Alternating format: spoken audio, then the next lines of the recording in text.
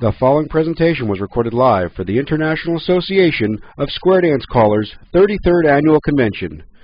We take you live to the Renaissance Suites Hotel in Charlotte, North Carolina, where our session is just getting underway. We can get everybody to settle down now. If you haven't already picked up a copy of the handouts, why we have multiple copies still remaining. I would encourage you to take at least one copy and then take a couple copies back, and you can, at your next callers meeting, run a workshop on it. They'll say how smart you are. This document that I have as a handout, we put several different things in here, and we're going to talk about them sometime during the next hour and a half. But the top sheet and the second sheet are both the same, and they're what we refer to as the call analysis sheet, and they are perhaps what I would consider the single most important training aid CALLERLAB has ever developed. And the reason being that if you take one of these copies and you don't write on it, you can go back to your home territory and make yourself 200 copies of it and then fill one out for every call that you use on every program. If you call just mainstream, you can make them for all the mainstream calls. If you add plus to it, make out a separate sheet for each plus call. And you might even want to go so far as to make a sheet out for each arrangement of the calls that you use. Turn that damn thing off. Here's copies of the handout for you. The call analysis sheet is vitally important that you understand what it is that you're working with. If you conduct a caller session and you ask the caller, said, "Someone give me a definition for spin the top," invariably, some caller will get up and say, "Well, you turn by the right 3/4. Is that correct? Or does the call say the ends and the adjacent centers turn half? So you see, it's important to get the phraseology correct, because we are teaching, and we should be teaching in accordance with the definition so that the dancers do it correctly. Are there shortcuts to teaching? Absolutely. But if you understand what it is that you're working with, there's a much better likelihood that your dancers are going to be more competent dancers. And some of the other things that we have in this handout here, we have a paper on smooth dancing, we have a paper on timing, we have a paper on body flow, and there's certain aspects which they're going to talk about. The people on this panel today, on my left, is Jeanette Staeuble from Switzerland. She's been calling about 18 years or so. And the individual on my right is Larry Davenport from Foster City, California, and he's a traitor to the cause. He used to be in my area, and he's been calling now for 21 years. Scares the heck out of me when I realize how long it's been. But these callers are going to help me on this program, this session on smooth dancing, and we're going to try to show you some examples of good flow, calls that precede the good flow, calls that are not good to follow. Sometimes we call things which are bad combinations. They are inherently bad because of the way we use them. And we'll get into some examples of those as we go through the program. We may even talk about some singing calls which use figures which are inherently bad. And I would cite to you the records that you hear: do-si-do, 8-chain-4, swing, and promenade.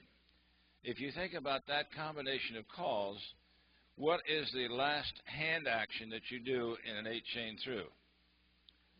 It's a left-handed modified courtesy turn, isn't it? The dancers are moving to their left, and the swing is what direction? It's to the right, a total reversal of action. It is not a smooth call for two of the dancers, two of the men dancers. What is a better call that meters just as well?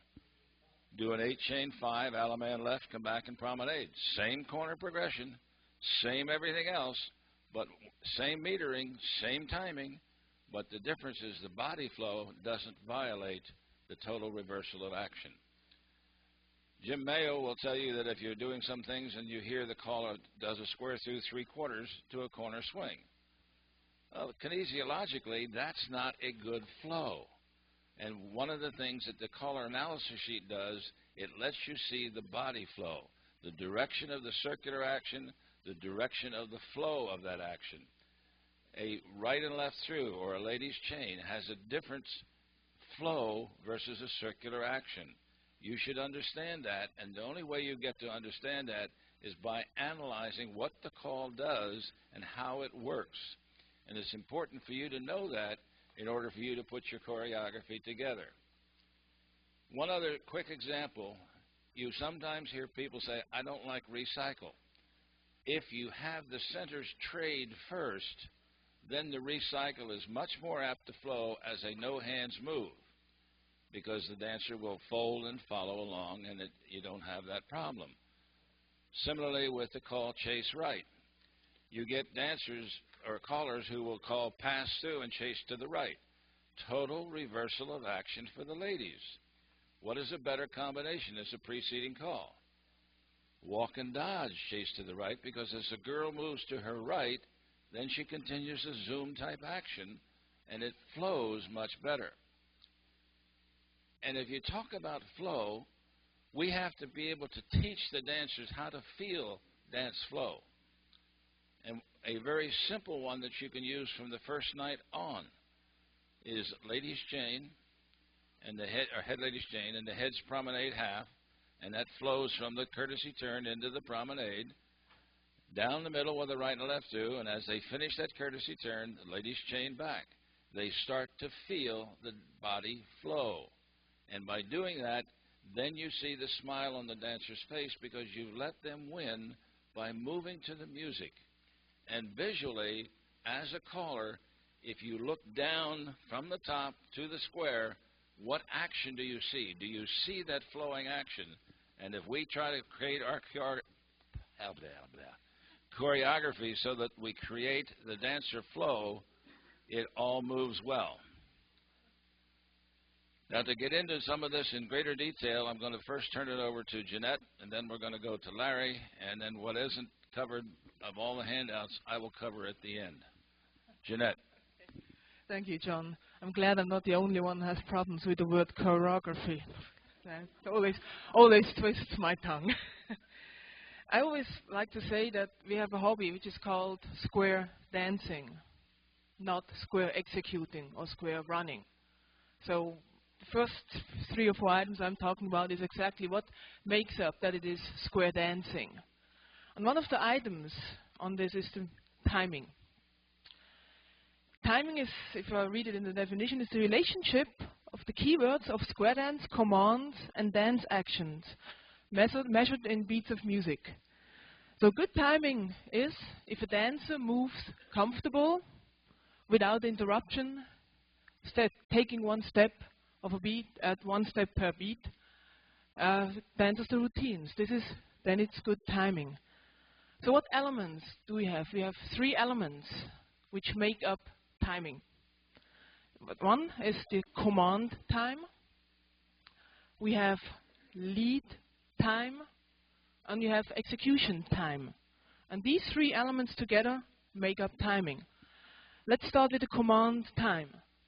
Command time is the number of beats you need to say a call. How many beats does it take to say a call, generally? 1, 2, 3, 4, depends on the call. But most of the calls can be said in 2 beats, right? All the keywords of the calls can be said in 2 beats. Pass through, swing through, right and left through, pass the ocean, spin, chain, and exchange the gears, keywords in 2 beats. Swing, I normally take 1 beat, but we might take 2 beats for it. This might be easy for the most Native American speaking callers, but for us as overseas or just non-Native Americans, right and left through is not that easy. So if you ever work maybe as a coach with a newer caller from another area, this might be a thing to look on. We then say right and left through. We take maybe 3 beats, so thing to work on. So normally it takes 2 beats to say and deliver. This is the command time we need to say. As the next point, we have the lead time. This is actually the number of beats between the command and the dancer reaction. Okay? So normally we should give the commands in a way that it just leads from one to the other.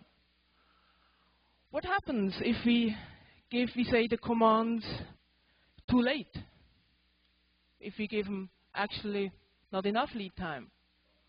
They stop. They do a pass through, then do the right and left through. Oh, I actually can't really dance. But they stop and start and stop and start. Stop and go, which is not nice. What happens if, on the other hand, we give the commands too early? The dancers have to catch up because they have the feeling they are a little late. Because you give them so early, they want to faster things up. They feel rushed. Even if they don't really do it, but they feel that way. They feel rushed. But there might be situations where we want to give a little bit more lead time. Maybe when we give more difficult choreography, like if I say in the centers of a double pass through, center square through 3. Everybody get left hand ready, do a left swing through if I don't want element left. This might be a reason for a little more lead time, for unusual things. But in generally, we should just give them really the calls then when they need it. Not too early, also but not too late. The last of the 3 is the execution time. It's the number of beats it takes to execute a call. I mean, most of you people who have seen the timing list. Right? Most of you, right? In here, they, as I know, did even a dancer workshop a long time ago, 20 or even more years ago, of figuring out how much beats it takes to comfortably also dance this kind of call. And this is in here. So this is our helpful tool. Now, if we don't give the dancers enough time to execute the call, that's called clipped timing. We should avoid that. How many beats does the call Ferris wheel take? Who says 4? Who says 6? Okay. How much do we normally as callers give the dancers for Ferris wheel if we watch the dancers? 3, okay.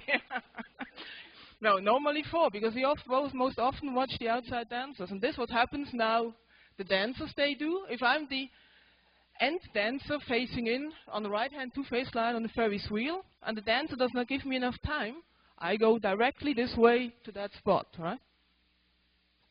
Taking exactly the 4 beats. So we really need to give the dancers enough time, especially for these calls like Ferris wheel. It's one of the calls I see the dancers doing this, and I think the reason the dancers kind of shortcutting the call is because we as callers don't give them enough time to dance it. We rush them through, and so they get used to shortcut it. So on the other side, on dive through, how much time needs to call dive through to dance for the incoming dancer? 2 beats.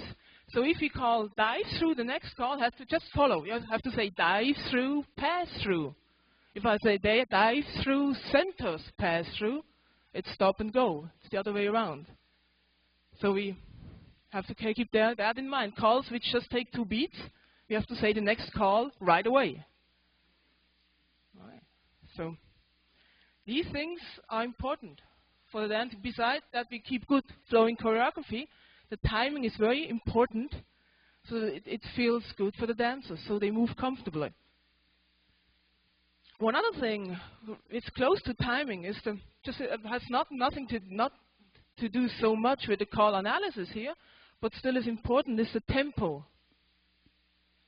Tempo has nothing to do with 45 here, 45 revolutions per minute.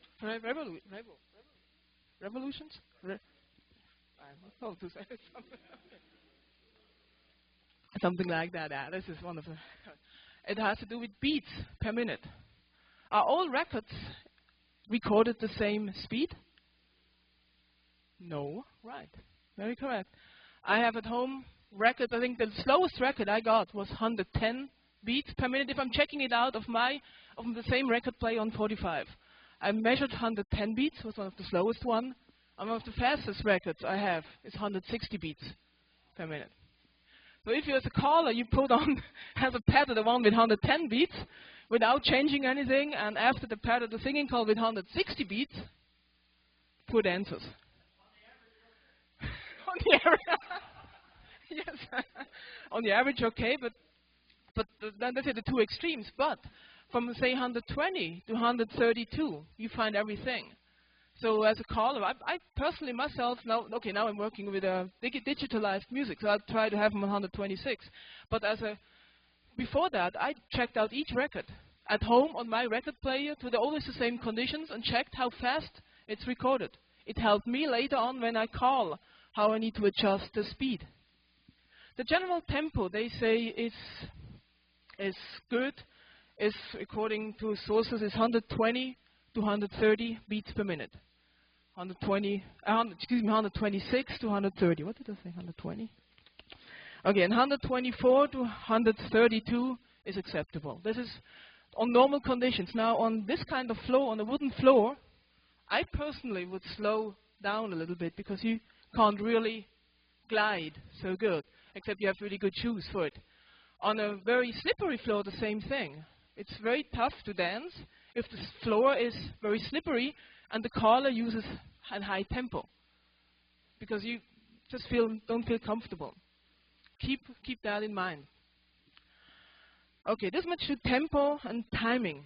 Now we come to two more items which are very important for smooth dancing. By the way, the timing of the call you can put on when you use these sheets on the call analysis sheets. Okay, write it down.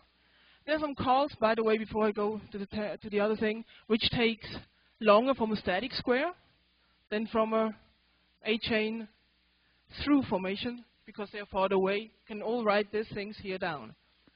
Okay. Another important item for smooth dancing, for good body flow, is the body position.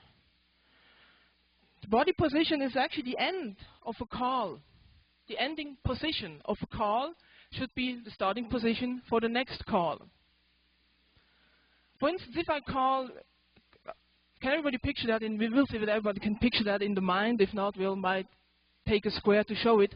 If I have a starting double pass through, like head star through, and then I call square through 3. The last action is a right pull by, so they are slightly offset to the left. So a do-sa-do or a slide through is, just talking about body positioning, a good call. Can anybody see that? Do we need dancers? Okay, you can see that. So, on the other hand, if I have two ladies and I call slide through, this is not really very smooth, because when they do the slide through, they pass right shoulders, turn to the left, and then they're standing apart from each other and have to move back up to connect to a left hand. And if I then do anything with the left hand, it's not really a good position. So you have to keep that in mind. Together with this goes the hand availability. You may heard, there was time ago we always said it's important to alternate the hands, like right, left, right, left, right, left. And then we realized, okay, we can call from head square through, from an A-chain through formation, then touch a quarter, scoot back. And does this feel bad? No, right? Feels absolutely perfect. Why? Because the hand is available. Hand position is available. If I dance a touch a quarter, staying here, if I dance here, touch a quarter, I'm facing in. I can do a scoot back because my hand here is available. So this is important. Now, the important is, and also, by the way, if I do a star through and a right and left through, if I dance as a lady, or as a man, as a man a star through, I have, after the star through, my hand here, meaning the hand is available for right and left through, even if it's for the man, right, right. Okay. Now we have other situations. If I call head square through 4, which hand is available? Right? Right. Good. Right. Always on even numbers, always right hand. On odd numbers, always the left hand. And if I call now a star through, perfect for the man, right? Yeah, for the man, yes. For the lady, okay. Okay, you could say now 6 out of 8 ain't bad, but it should be the way it really should be comfortable for all. So we have to keep that in mind. With the hand availability, we calls like star through, which different hands are needed.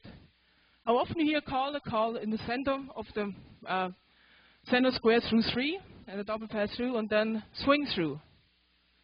Who has never called this? Never. Okay. Hulaya is never called it, no.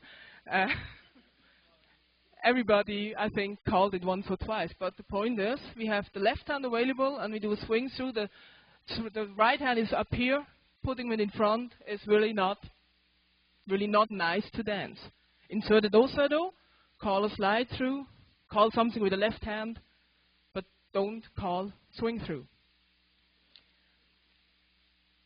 On the same thing, we had talked before about the A chain 4 into a swing. I think also a courtesy turn in a swing through is not really, for me, not nice enough. Because if I'll do the courtesy turn, as now for the man, for the women it's perfect. For the man, I'll dance this way, and then I have the hand here. I need to get the hand in front. So actually, it's not so smooth. It's okay, but not so smooth. I try to avoid it. If I want the equivalent right and left through, swing through, I do like if I have normal couples, stars through, past the ocean, slide through past the ocean, but not if I can avoid it, a right and left through in a swing through, most of the times. Just a small thing, but talking about availability and talking about smooth dancing now, not only just okay dancing. I think this is a thing you have to consider. And then this is when you consider and check in the call analysis sheets which hands will be free. This is a thing to look at. All right. And there's one more thing I covered, and I give it over to Larry. It's the available space. If dancers feel squeezed in while dancing, is that smooth? No, right? Not really nice to dance. So we have that problem. Maybe if you have a big hall with a lot of squares, it might be just not that smooth. I mean, I danced once or twice, and I danced a call like related UC, and you moved around. You didn't know where your squares end and the next squares began because it was so close. And this is not really nice, but you can't do much about that. But what you can do about in calls, have you danced to an A chain through formation, a ladies chain?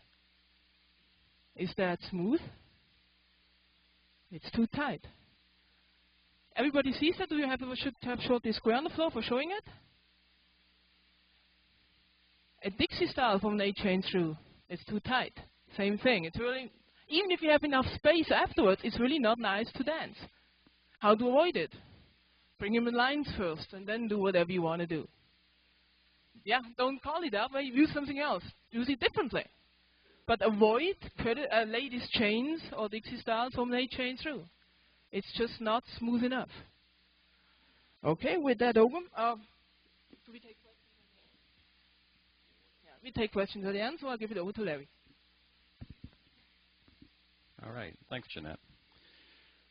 So what we've been talking about so far are a lot of technical elements that are all part of what goes into providing the final product, a smooth dance. And the handout that John alluded to earlier, that if you didn't get one, are here in the corner of the table, have a lot of the information, the details. These come out from CALLERLAB, and some of you have seen some of these before. Some of you may have never seen them. Some of you may have them, said I read them, and it might be a good time to read them again. And as we go through the rest of our session here this afternoon, I know we'll get back to some more of the details of the technical side of what it takes to put together a smooth dance. But I want to take a slightly different take at the moment and talking about from the point of view of our end product. And to me, the goal: smooth, fun, exciting evening. People having a great time. People will tell you that it's the best night of the week. And just as a disclaimer, exciting does not equal difficulty per se, because difficulty means different things to different people. So how do we combine all this and get to the point where, as callers, we're doing a dance, we're doing a season, and we can provide that? One thing, everybody in here knows how to speak English, correct? How many of you speak English? And some of you, because you're from overseas, speak a second language. Raise a show of hands. How many else in the room speak a second language? And I'm seeing, and I think I heard somebody say square dance. And that's exactly the take I want to take on it. Is I think that as you think about this, you ought to think about it as a second language. The reason I've started thinking about it as a second language is at work. People ask me what I do by night, and I talk about square dancing, they sort of say, what's that and how do you do it? And I'll often say that I think of it as a language. If you think about it, a dancer, we've got all the words of the language, do-si-do, swing through, those are all the words of the language. How we put them together in sentences is our choreography. And you've got dancers on the floor who don't necessarily speak the language, but they understand the language. And you've got callers who are supposed to both speak and understand the language. And hopefully everybody in this room knows how to speak square dancing. I didn't see any show of hands. So the thing of it is, if you think about it, a lot of what we do in learning how to take these technical skills that we talk about and translate them to how we develop our final product is a lot like learning a second language. I mean, that's what I want to talk about a little bit. And if you don't have the vocabulary and you don't have the sentence structure and you don't know how to put thoughts together and you don't understand what somebody is telling you, it's very difficult to carry on a conversation. And so if I were to have a conversation with Jeanette, not in English, the degree of difficulty that she's handing me is very high. I wouldn't understand a word of it. If she switches to words that I can understand, or if I knew a little bit of her language, then if she kept it quite simple, my understanding would be enough that maybe we can have some kind of a conversation. But I wouldn't want it to get to a point of view where, again, I can't be able to, in this case, dance if we're a square dancer. So if you as a caller are speaking over the heads, if you will, of your dancers, that's going to make it awfully difficult for them to have that goal of the evening, which is a smooth, exciting evening, is the one I want to talk about a little bit. So, like I said, calls are the words of the language. Choreography is the sentence structure. Smoothness, interest, difficulty are impacted on the sentences that we put together, sentences described as choreography. So if we think about that, how are you going to get to that goal of a smooth, fun, exciting evening is the preparation you do. If you haven't learned your craft, if you haven't learned the technical side of it, you haven't learned some of the things that Jeanette has talked about, John has talked about, and would be talked about again, then your ability to talk to those dancers is impaired. So it all comes back to homework. And if you're going to add to your vocabulary and you're going to add to your skill set, there's no substitute for practice.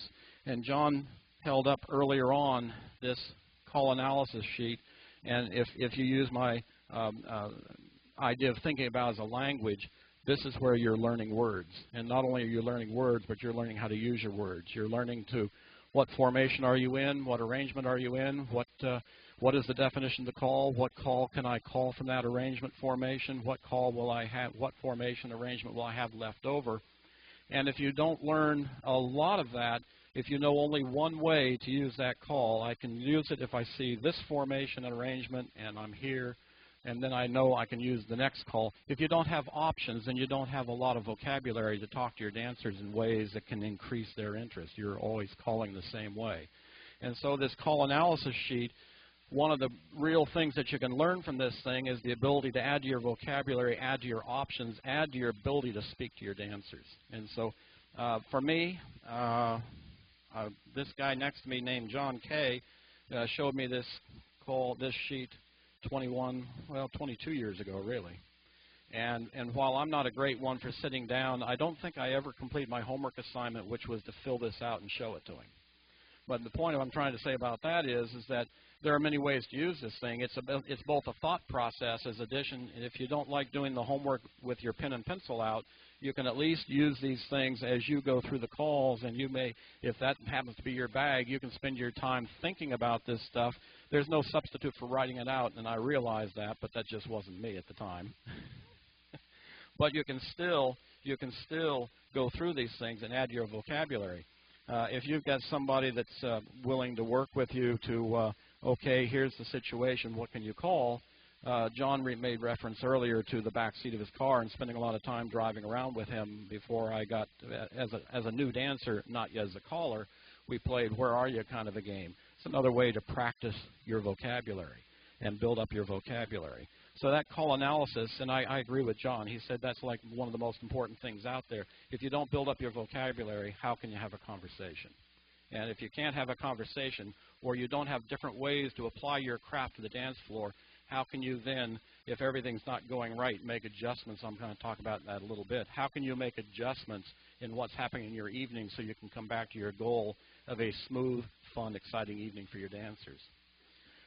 So if you understand this part, then you need to take it to the higher level. Once you've got a vocabulary, we start talking about things like programming and all these technical elements of timing, the music, the tempo, the what can follow one call, and these other things. They all have to come together at some point, and there's no substitute for programming if you're going to do a dance that's going to work. And at that point, you just have to do the homework again. I guess the message I keep saying is if you want to achieve something different than what you're doing now, there's no substitute for homework. An old joke that I think everybody in this room has heard is there's the dance you prepared, the dance you called, and the dance you should have called. Everybody's heard that one before? And the one your wife told you to call in the first place. But in terms of the reason I bring that up here isn't just to put on that joke on the floor again, but I think if you do your homework and you do your preparation and you build up your ability to start to show, because you've now got the technical skills, you've got the ability to show some judgment and sophistication in terms of how you react to the dance itself, the chance that the dance you prepared, the dance you called, and the dance you should have called are one and the same, are better. I can't do anything about the call your wife said you should have called. That one, I'm not sure how you get at that. You just have to work on it. So once you've built up your technical skills, you have to learn how to apply them, and you have to be able to speak the language, if you will. And one of the things you have to realize that this language of square dancing is a two-way communication. While we're the ones that can speak the language as callers, and the dancers don't really have the vocabulary to speak back to you, they got lots of body language to tell you whether they're having a good time or not. They've got lots of body language to say if they sort of are lurching to the left or lurching to the right, or whether they're moving through the dance smoothly. They've got lots of body language to tell you whether they're just falling all over the floor. And so you can read the messages coming back from your dancers.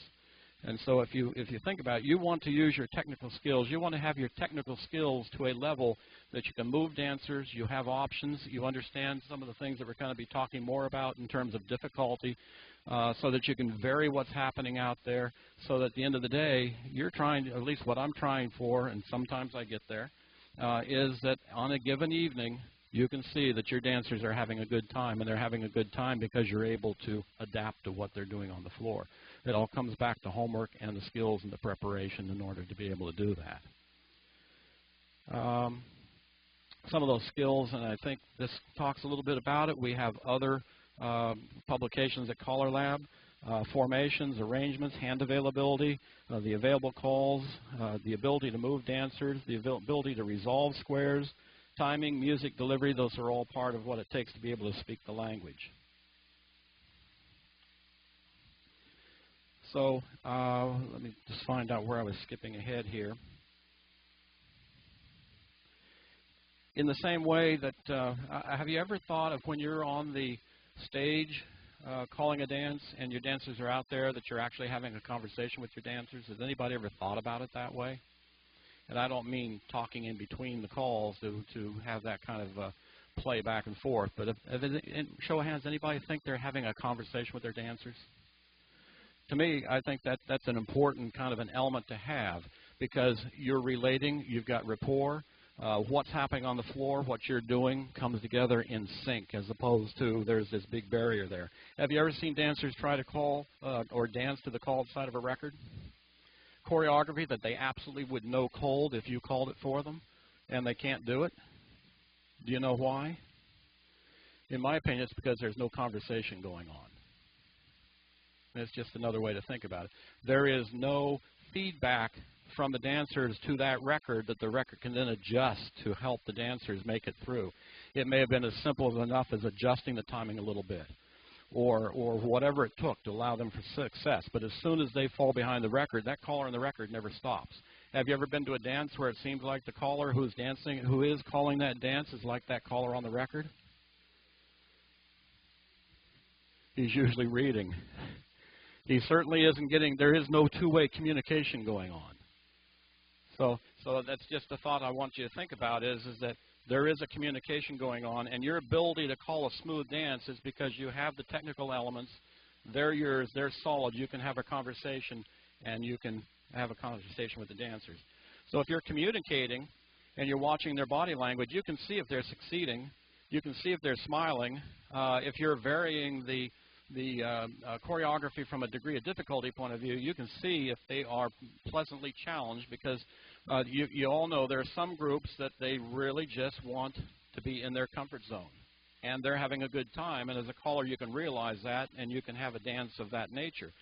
You can see another kind of a dance where you know they want to be slightly above their comfort zone. Is that, people relate to that? And so wanting to be above their comfort zone means that they want something slightly different.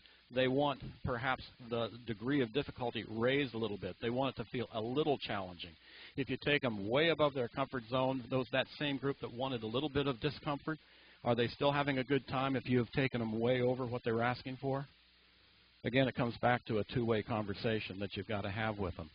And when you think about that difficulty, there's no set, in my mind, definition of what difficulty has to be.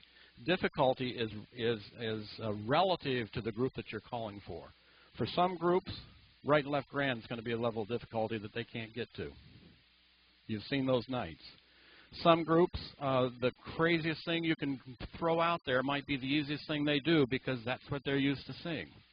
And so it's really varied all the way through there. And so, again, you have to be able to have a sense of that and be able to set yourself aside for a minute and not necessarily be calling what you really necessarily said, I'm going to call that choreography night. You've got to set that aside if you want to achieve a smooth dance in that sense, and you want to have that two-way conversation with the dancers and relate to them and see what's helping them. So I've talked a lot about, and I probably skipped into some of the areas I was going to talk about floor management, but again, you want to be able on a given night, you want to adjust your tempo, your timing, or whatever it takes for that group. And does everybody sort of decide what beats per minute of music they sort of set on? They just sort of settle in there, and that's what they use night in, night out? Or do you vary it? How many vary the beats per music you select based upon the group or the night? How many of you don't? What you're going to find out is if you don't sort of adjust that to the people that you're calling for, is maybe you don't have the right match for that group that night. And if you call for 3 groups and that was the exact right, perfect set of conditions for, or tempo on the music for that night, the beats per music on that night, it may have worked for group number 1. It may have been sort of slow for group number 2 and a real struggle to catch up for group number 3. So you've got to take that kind of thing in mind. I call for local clubs, 3 local clubs, so I don't see a lot of different groups anymore. But I'll tell you, like the rest of the population, my groups are aging. I used to, and when you're calling for the same club every night, you can sort of fall into, you're about the same place on the tempo, maybe up or down a little bit depending on the night, but you sort of know where the tempo for that group is. Somebody finally asked me one night, says, we're starting to run out of breath. I hadn't changed a thing. And I started to realize that age had crept up on that group to where if I was going to continue to call a dance where the timing was correct for the group and it was smooth timing and a smooth dance, I needed to back the tempo down permanently for that group because they couldn't keep up anymore. And by backing it down, they actually think I'm calling faster than ever, but now they can do it. It's just those kind of adjustments that you need to make. Age, physical ability to move, the night, is it a full moon night? I think we've all had those. And your ability to have that conversation is your ability to analyze the situation of what's going on. I think I want to talk about a little bit. You've got some piece of choreography, whatever it is that you wanted to use that night, and you approach it rather quickly, and the dancers just sort of struggle. Do you have to give up on that piece of choreography that night? Or do you have to step back and workshop it if you want to do it, or can you manage that through the dance itself? Well, the idea I want to put on the table is oftentimes if you've picked the right kind of choreography to play with, that you can manage it without workshopping during the dance itself if you realize if you now know enough of your vocabulary to back off, bring it down to a slightly less difficult level to show them some of the aspects of where it was you wanted them to get. By the time you've given them that in the dancing and some repetition on that, you can bring it back up to where they were, and they may go through it nice and smooth. And so you can make those kind of adjustments to move things up and down. It's just learning to see the situation, adapt to the situation, and know what you can vary what you're doing because your skill set's there. So I think at that point, I'm just going to close my few minutes here and just say again that if you put these together, if you put together the homework, the technical skills, do the preparation, the tip planning, the evening planning, the season planning that you might do, then what you can have at the end of that is dancers that are just having a heck of a good time because you're paying attention to what it is that helps them have a good time. And so with the last thing, the challenge is not to do all the fanciest choreography you can do. The challenge is to call the right choreography for the dancers so that it's their dance. It's not just your night. Thanks. Thank you, Larry. Variety does not mean complexity. Some people like to be challenged, to be sure. Others choose not to be challenged. When Larry's talking about tempo, some people call that geriatric calling. Well, perhaps it is. But as we get older, we tend to slow down. And if we don't slow down our calling, if you're calling up into Massachusetts at MIT, you have the Tech Squares up there, you don't call the same tempo for them that you call for a group of senior citizens in somewhere else because they can't keep up. They're out of breath. One of the factors that really deals with smoothness is the degree of difficulty. Now, you have a couple of pages in there on the degree of difficulty and understanding what it is, and then there are 2 pages in the last 2 pages of the handout I gave you called How Hard Will It Be and Dealing with Difficulty. The How Hard Will It Be was written by John Sobolski when he was working for Xerox Corporation. They gave him 10% of his working day to do a research project on any subject of his choice, and he chose degree of difficulty. How hard will it be? Well, obviously, if you're dealing with a call which is unknown, that's going to be very difficult to do. Similarly, if you have a familiar call but is infrequently used, that call is going to be more difficult. And I would submit to you that the reason we dropped Fan the Top from the mainstream program was that many callers weren't using it. It was a familiar call but infrequently used. And if you have it from an unfamiliar formation, if the dancers could dance peel off from a Z formation, maybe they could do that very well. If they did it from a completed double pass-through, maybe they could do that very well. But if you suddenly called peel off from a column, it became more difficult to do because it was not a familiar arrangement because of the formation being different. And the arrangement, if you do a half sachet versus normal couples. Well, those degrees of difficulty can be compounded if we have the dancers try to remember too much or we ask them to keep track of too much.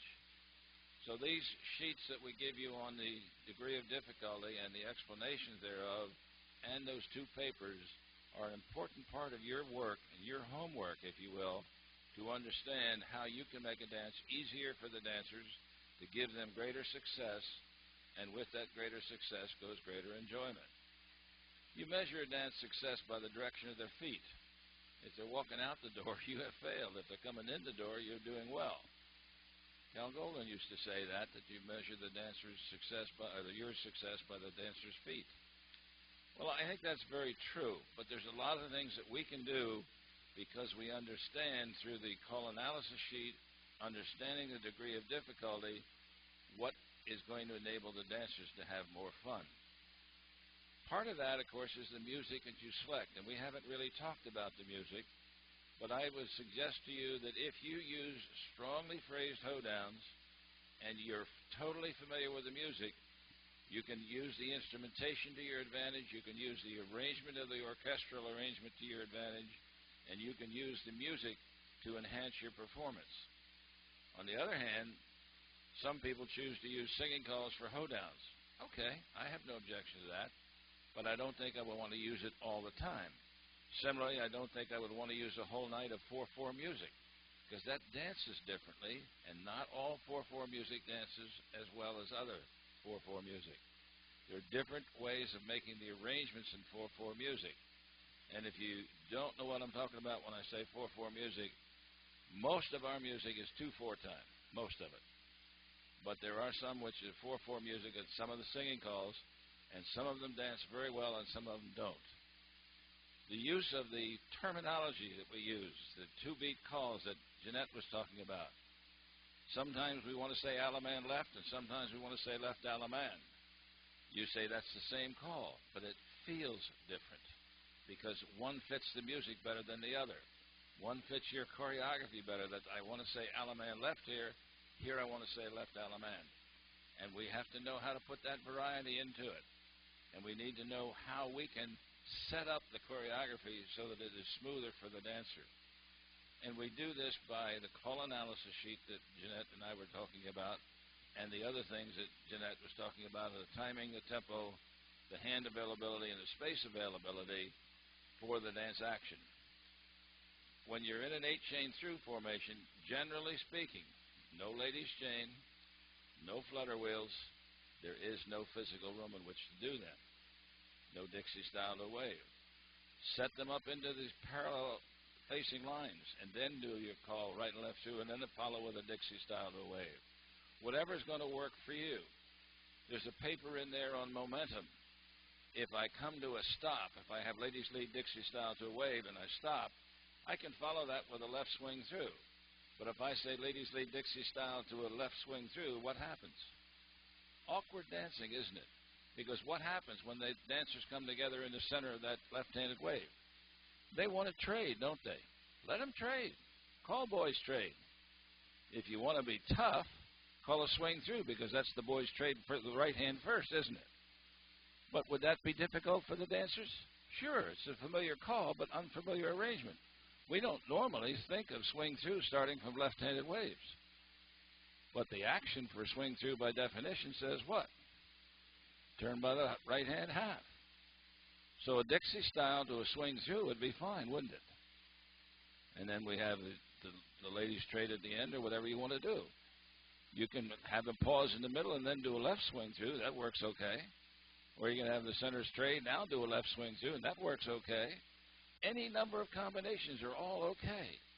They all work well. They all can be very smooth. But there are combinations that are not smooth because you have messed up the momentum and the trend of motion. One of the things that I think is perhaps one of the more difficult aspects to understand, especially with newer callers, is the circular action versus the turning action. If you think of a lady's chain, what is the turning action of that courtesy turn? Which direction, left or right? The turning action is to the left. The circular action is to the right.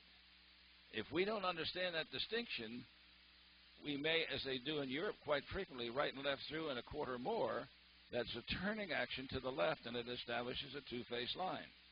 But if I say right and left through and sweep a quarter, what direction would I expect them to go? To the right, because that's the circular action, and that's what the call requires. But if we haven't thought about that, where does that leave us? That leaves us in trouble with the dancers as to what's the next appropriate call. Now, I think that Jeanette talked a little bit about what call comes next and what's the smooth combination. Certainly we could take that one step further and say, what calls should we avoid? And that's an equally important part of understanding your call analysis of any program that you're using. And it makes no difference if you're using the mainstream program, a limited subset thereof, which we used to call the basic program, or plus, or even advanced, or even challenge. It's all an important aspect because we consider that in conjunction with the degree of difficulty. And that's part of the thing that's going to make our dances easier or more successful based upon how we put that stuff together. Any idiot can stop a floor. That takes no talent at all. All you have to do to stop a floor is screw up the timing. And if you doubt it, try it sometime and watch the dancers go kaplump as they go through that. You need to change your tape there? You're in good shape. Okay. We teach dancers to anticipate. Yes or no? We what? We force them to anticipate. If I said, ladies lead, what call would you expect me to call next?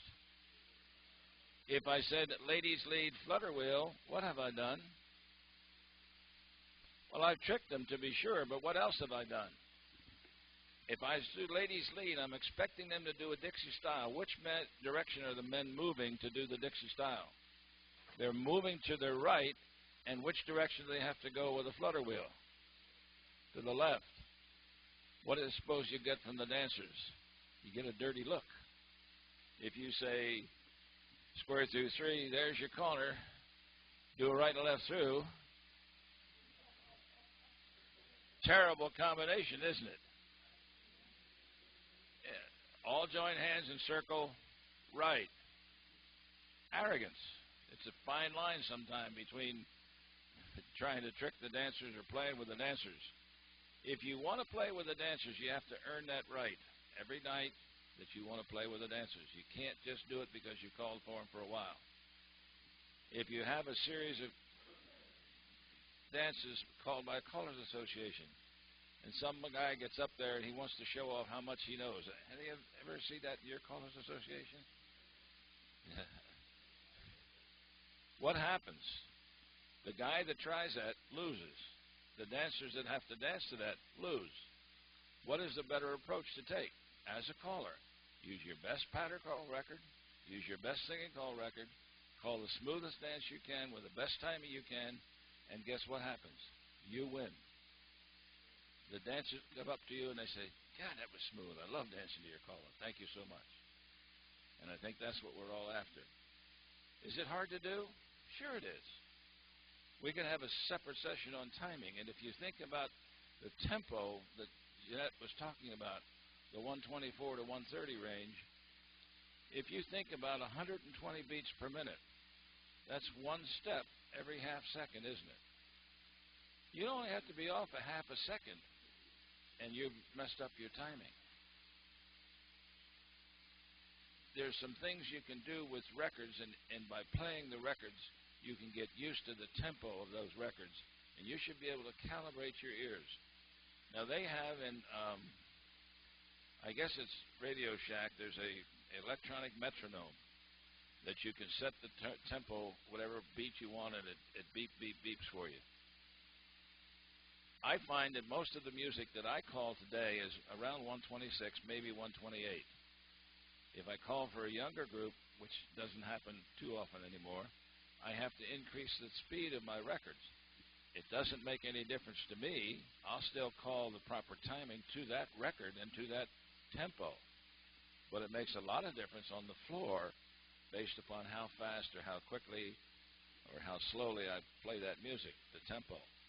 Some callers will say, well, I play it at 44 RPM. What tempo is that? Anybody know? I don't. I have to know that in metronome beats per minute. And that's what I have to set my record for. And Jeanette says that she does that on a separate Victrola, a separate thing, and write down the tempo so that she knows whether she has to speed it up or slow it down. There are some records that you have to speed up to be sure. They don't sound right if you play them at 124 or 126. You have to speed them up just a little bit, not much, but that will change the pitch of that record. And if you slow it down a little bit, it may be in an easier range for you to call. But there are other techniques which we also have to do in the methods by which we use calls and we make the calls. As an aside to any of you, or if you're doing a workshop with your Callers Association and you have some newer callers, give them a copy of the mainstream program. Say, let me hear you give these calls in 2 beats. Now, I can tell you, I can assure you, there is no way you can say spin, chain, and exchange the gears in 2 beats. That does not happen. Most other calls we can, in fact, give in 2 beats. But you tell the callers, give these calls in 2 beats. Don't think choreographically. Don't think whether they work or not. Just give the calls. Go right down the list, paying no attention to the choreographic effect of those calls, and you get them in the habit of saying commands in 2 beats. That will improve their calling greatly. They no longer have to think about giving the call, because by doing it that way, they know that they do that mechanically correct. And then they can concentrate on the other aspects of it in order to make it smooth, in order to adjust the timing. When you go to a caller school, you hear the term chicken plucker. What a great way to learn how to give timing. You give the timing when the dancer needs the call, not when you need it to get the music, when the dancer needs the call to execute the action. And that's what you have to do. And one other technique that you can use in order to smooth out your calling is to what they call strip calling. Just give command words, the key words, the calls themselves. No verbal diarrhea that goes with it. And that's an important concept which all of you should be able to use, and try it sometime with a new record. Listen to a record. If you like the music, look at the idiot sheet and see what it says the choreography is. And then go through the choreography as you listen to the record. And then go through it as you say the command words. And then you start to find out when you have to give that command for the dancers to do the action. And that's how you learn to do a singing call. What do some callers do? Get a new record today? I'm going to call that tonight. Bad move. Who loses? You do. Who loses? The dancer. Because you're not going to do a good, smooth job on it if you try to do it the same night you get the record in the mail. Doesn't happen. Jeanette, do you have anything else you want to add?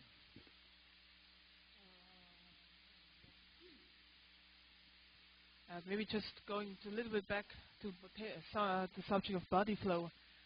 I have this analyzing a call sheet on the computer. I like these words. And what I also try to add for smoothness, because we have a tendency often to go always go a little bit to the right, or mostly to the right. Like if I would call following the head square through. Just follow the head man number one, okay? Head square through. Touch a quarter. Scoot back. Boys run. We have now lines. Past the ocean. Recycle. Via left. It comes. Couple circulate. Ferris wheel on the center sweep a quarter. All call itself, you know. Say head square through, touch a quarter. It's good flow, isn't it? Touch a quarter, scoot back. It's good flow. Scoot back, boys run, and so on and so on. That's always good flow. But the combination of it, it's not good flow. So what I also try, especially on calls like past the ocean, like Ferris wheel, like circulate, I mark them a little like danger of overflow. It's not overflow itself, but I know when I call sweep a quarter, something in my head pops up and say, no, now you need a call who kind of stops this action. If it's going quite often, if the flow is to the right, I can do a courtesy turn. It stops the action, kind of right and left through, a courtesy turn type move. Or I do a swing through, I have the center straight in. Or in another situation, I have the dancers going the other way, like in lines past the ocean, ends run, couples circulate, so they go the other way around. Kind of thing. This is what I also try to fill in here. It helps, I think it helps me to smooth my dance better. Some call itself has little flow trouble spots. Or now this is a very good combination. Yes, spin the top, stand the top, and center straight afterwards. but calls itself are not so smooth. I mean, think about square through. Square through, especially if you're on the side where the lady is. Lady, where the right side dancer is, to clarify that. Normal couples for ladies. The right pull by is okay, but now if the person does not let go, where do I want to turn? Here. I want to turn here because I hold the hand. So this call itself is not so smooth. You need to keep that in mind, especially now for teaching more than for calling. But I know in advance there's a call called swap around. This call cannot be really smooth. And another thing, just about call analysis sheet. For understanding the call, because calls are our tools, right? They're the things we work. It's our said words, right? The words are the words of the sentences of the language. So I always try to understand what the choreographic effect is of a call. Right? For instance, easy in a load the boat. What's the choreographic effect? Pass through, face your partner. You can do that with a lot of calls. You know, a flutter wheel is a kind of a man chain effect in a situation where you have normal couples. And this helps to understand the calls better and to write modules. And teaching suggestions says down there, I always try to have easy reteach available if for any reason dancer needs help. Because I think we need to make it smooth. It doesn't mean we should not call difficult choreography, but we can still call variety. Variety, not complexity.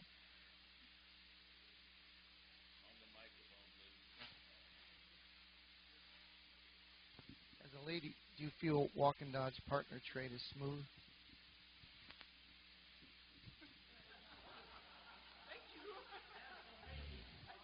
No, walk and dodge partner trade is a good call if the timing is delivered correctly. Walk and dodge and a partner trade for the ladies is the same thing as a lunge and recover in round dancing. But if the timing is wrong, the call stinks.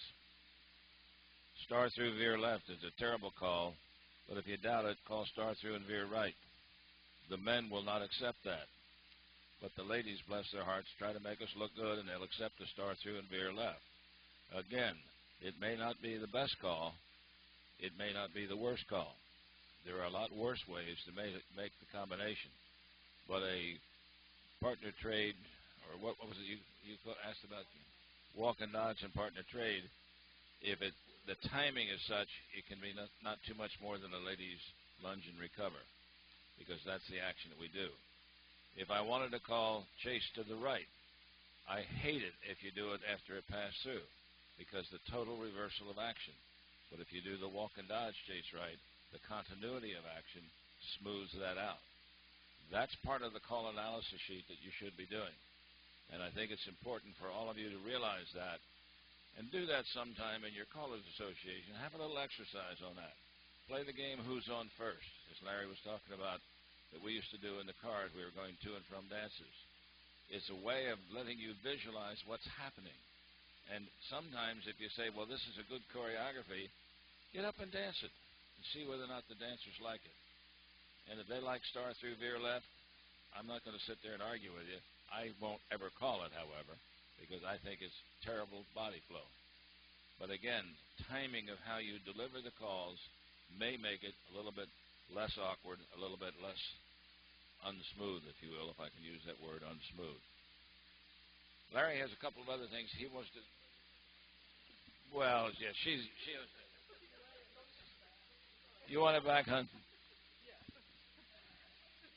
No, I think touch a quote, a walk and dodge partner trade every once in a while, it's not that bad. But there are a lot of other things you can use after walk and dodge.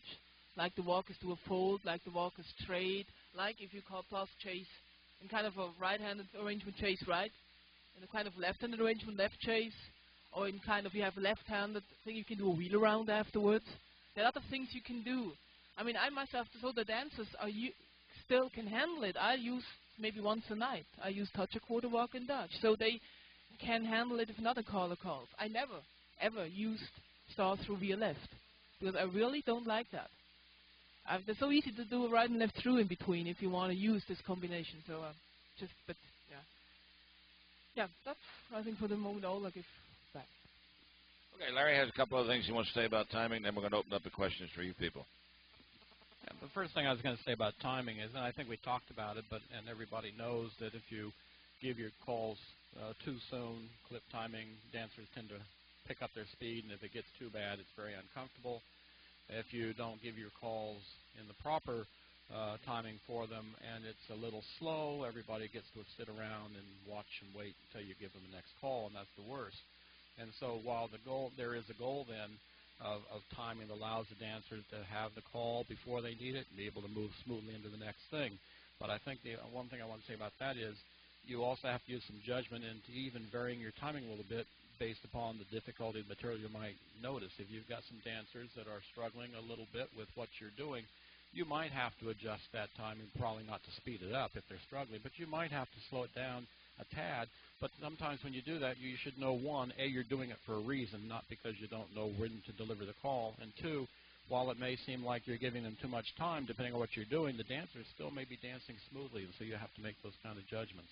The other thing that I picked up on something that Jeanette was saying and I heard the word modules somewhere, and we spend a lot of time now talking about site calling and site resolution, and we still touched on it with the analyzing a call, hand availability, what can you call from this position, what can you call next.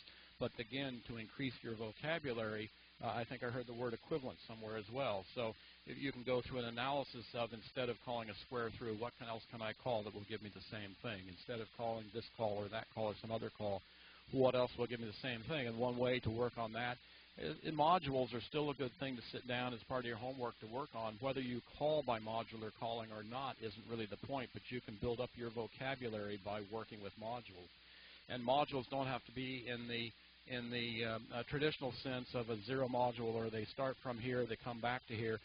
To me, a module can be a little snippet of choreography as long as I knew from what formation arrangement it started from and what formation arrangement it ended in. It doesn't have to be a complete 0 to 0 module. You can still build up little pieces of choreography that you may want to put in when you want to. So it's just another way of building up your ability to have those conversations with your dancers. Okay, how many of you have any questions that you like this? Yes, sir. Let's use the microphone. Larry, will you?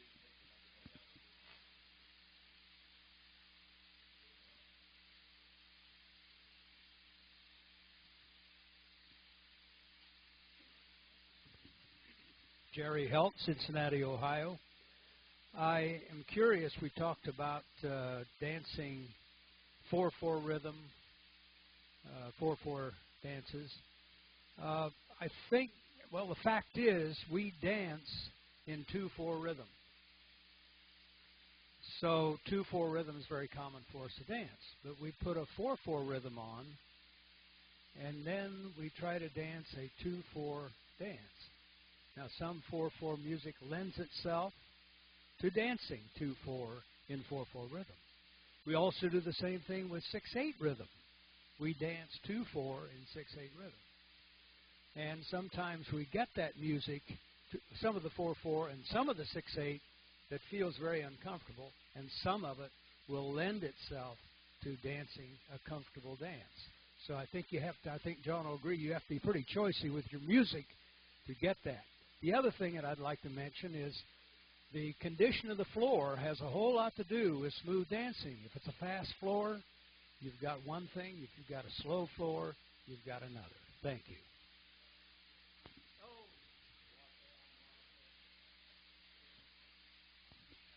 Carpet is also different. I'll get to you in just a minute, Joe. There's not too much 6/8 music out there in singing calls.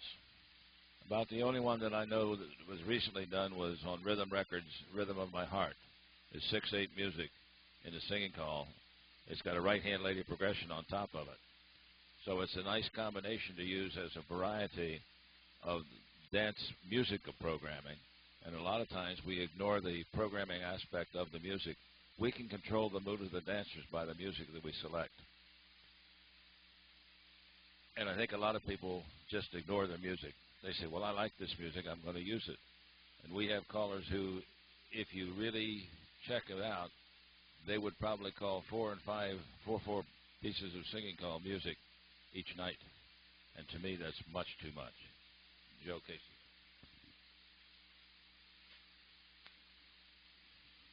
Joe Casey from Dover, New Hampshire. Not a question, but a comment. Larry spoke about the new language, and I think we neglect to remember that as you teach beginners, you are teaching two things. You're teaching the language plus the movements.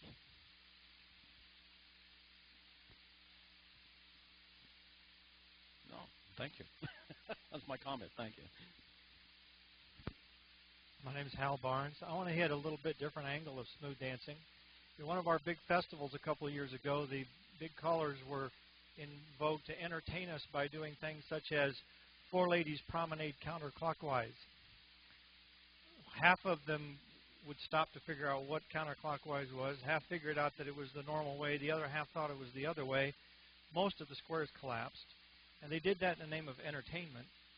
And my opinion is, if you're willing to trash the dancing in the name of entertainment, that's poor taste indeed.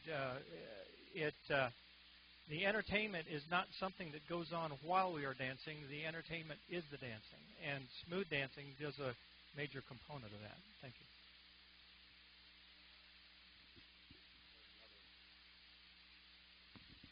Jeffrey, Brantford, Ontario, Canada. Two comments. First off, you've talked a lot about timing and tempo. And something that I've seen that happens with a number of callers is that they realize that the dancers aren't keeping up with them, so they adjust their timing. They do not adjust their tempo, which creates a very strong stop-and-go effect. I think they feel maybe the dancers need a rest between each call. But you have to, if you're going to adjust your timing, you must adjust the tempo to go with that. And the second thing is on a comment that John made about the swing through from a left-handed wave. I use that a lot. Two things that I have found to be very helpful with it. First off is while they're finishing the Dixie style, I say, boys, start, swing through. And before the swing through is finished, you better give the girls something to do or they'll finish what they think is a swing through. So you deliver either ladies cross run, ladies cross fold, or something like that, because you'll end up with a trade in the center that's going to break the whole sequence. And thank you. John mentioned it, and I mentioned it as well, on this, what you say about tempo and timing. Absolutely. You don't leave the record run in the same place and adjust how fast or how slow you call. But when you adjust that, you don't have to adjust your timing. You just adjust the tempo and keep calling a time dance. Absolutely.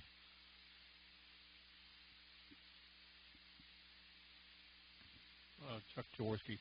John, can you get up two couples and just show us, by example, the good timing and the bad timing for walk and dodge and partner trade?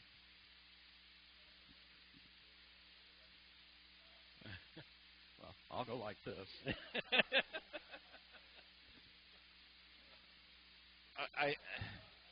I think what you have to do is you understand, do a walk and dodge and a partner trade. If you give it in that sequence and that close proximity of one call to the other, it will be a lunge and recover for the ladies. If we say walk and dodge, partner trade, that's going to be stop and go. And I could put that on with the music, but that's basically the only way I could show you that, but I don't have a record with me.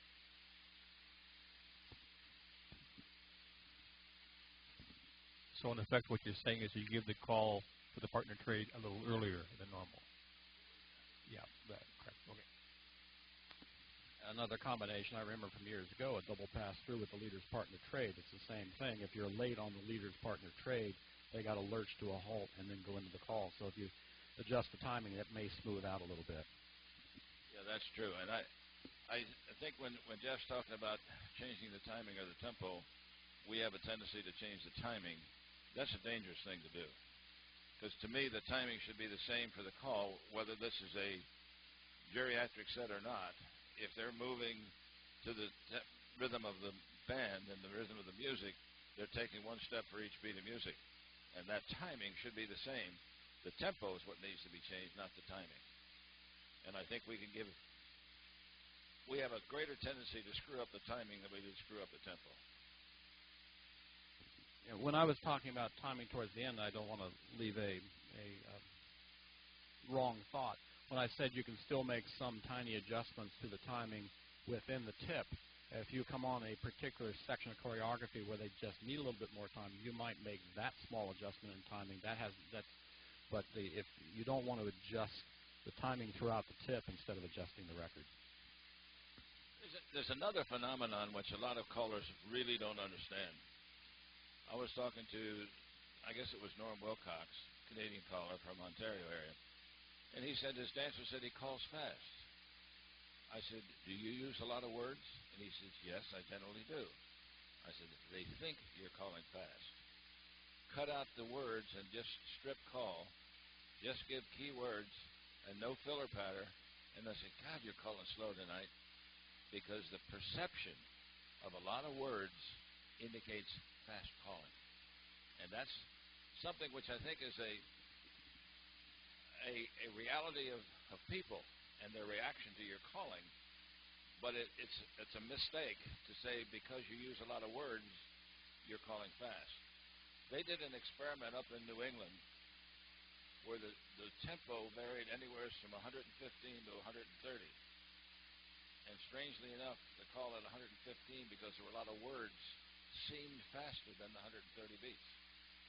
Now, that doesn't make sense from a logic standpoint, but the perception of what the dancers feel through a lot of words, and I don't, were you either of you guys up there on that at all? I think it was Purcell, and I know Mayo, and Clark Baker may have been on that one too. I don't know, but it just was absolutely blew your mind when you did I wake you up, Clark? I'm sorry about that. Were you involved with that experiment on the different tempos and what the call is felt, whether slow or fast? Okay, thank you. It's amazing to me when some people get up to call, it sounds like they're calling like a mile a minute, but they're not. Their command is there, and their keywords are there, and they're given the commands when the dancers need them, and it's smooth because they have the hand availability when they need the hands available, and they don't violate the body flow. Yes?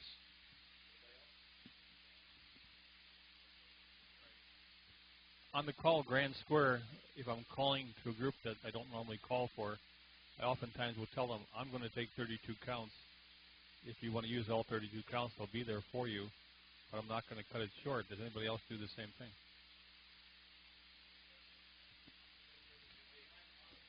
Yeah. I'm going to take 32 beats. If you get through before I do, just wait for me. I'll be along.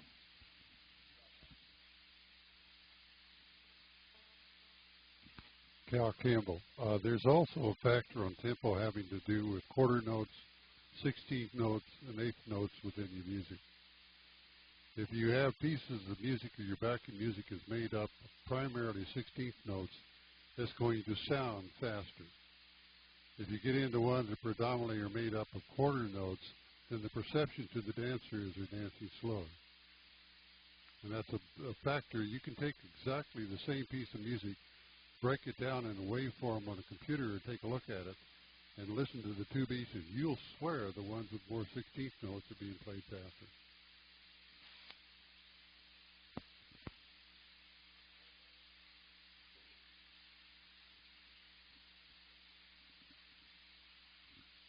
As a comment also on this Grand Square, or Grand generally on calling. We normally as callers tend to take the beat number one of the music. You know, the music is structured in phrases, normally 8, 16 beat phrases, and we most often, myself included, like the beat number one for ourselves to start our calling. But it's much nicer if we can at least start a sequence in kind of beat 7 and 8 or however we need, so that the dancers can start on beat 1. And in the Grand Square, in my opinion, it's an absolute must. And there are records coming out where the Grand Square starts for the dancers not on beat 1, on the called side. So in my thinking, the only way it's smooth is then to either you can change it to beat 1 or leave out the Grand Square and don't do so much singing. And the dancers always get the 32 beats, whether they want or not. I mean, this really we have to do, because a lot of dancers clip that somehow they want to do swings in there or whatever. We have to give them that time, but also we have to give them so that they can start on beat 1. I really think.